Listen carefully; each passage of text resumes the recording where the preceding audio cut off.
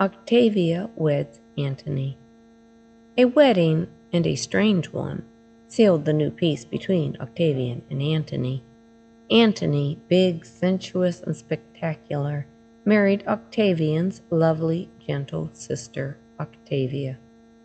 To marry again so soon after the death of her husband Marcellus had not been Octavia's desire, but when her brother had explained how important it was for the peace of Rome, she had willingly consented.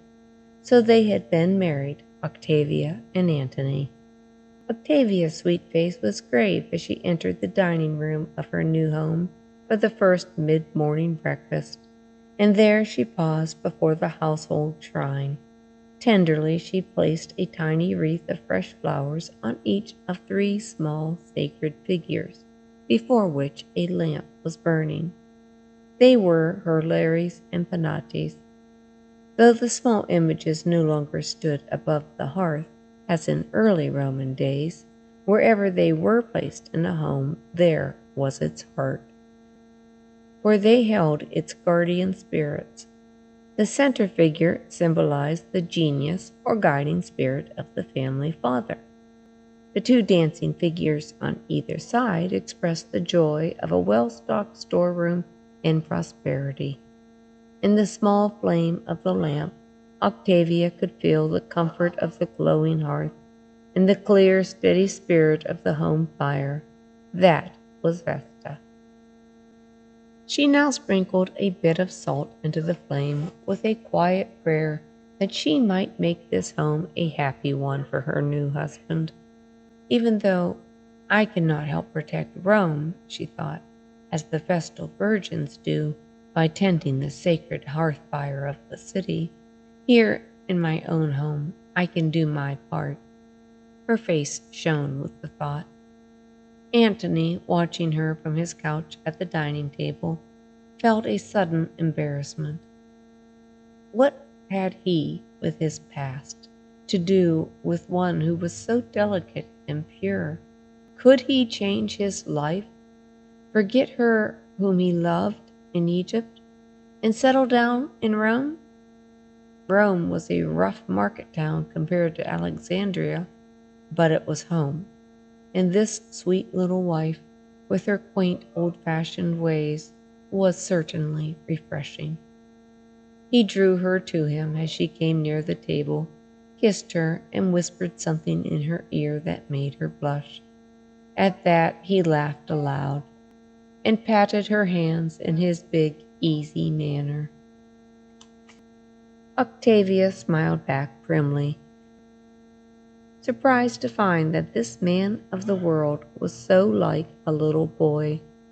How could the ugly things people said about him possibly be true?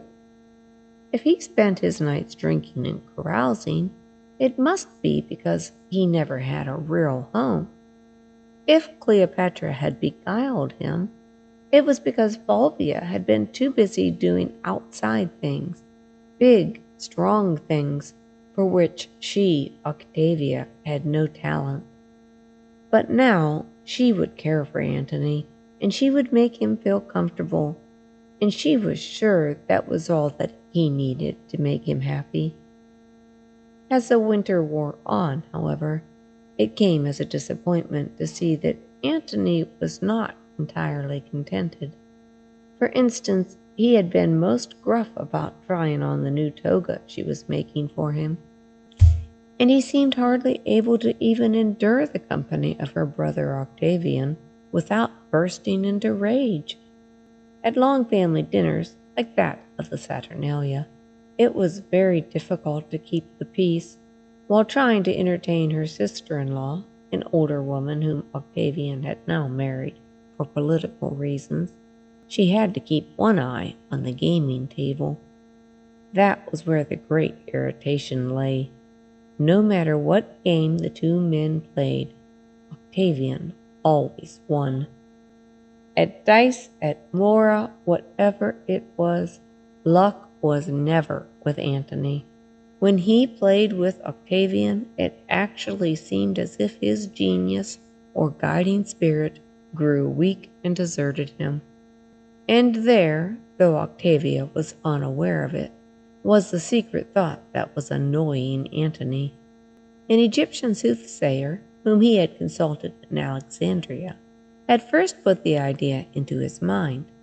Now, at Cleopatra's bidding, the Egyptian had followed Antony to Rome and was warning him to avoid Octavian. "When this man is present, I tell you," the Egyptian whispered, "your guiding spirit becomes weak and unmanly. When he is far away, your genius becomes strong again, and good fortune awaits you.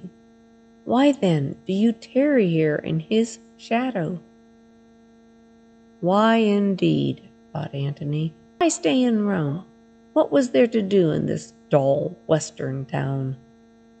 But though he felt dissatisfied and he was bored and restless, Antony stayed on in Rome with Octavia through the spring and summer.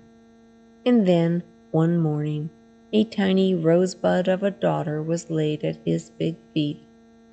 Following the ancient custom, Antony picked up the little one to acknowledge her as his child, and he laughed aloud to see that little tiny unfolded face so like his own.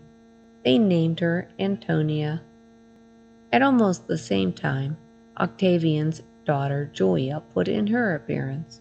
Octavian divorced her mother, Scribonia, the very day that she was born, but from that day on he idolized his little daughter, though in later years she was to cause him nothing but trouble. In time to come, these two baby girls were to have a great-grandson by the name of Nero, who, it is said, was playing on his fiddle while Rome burned.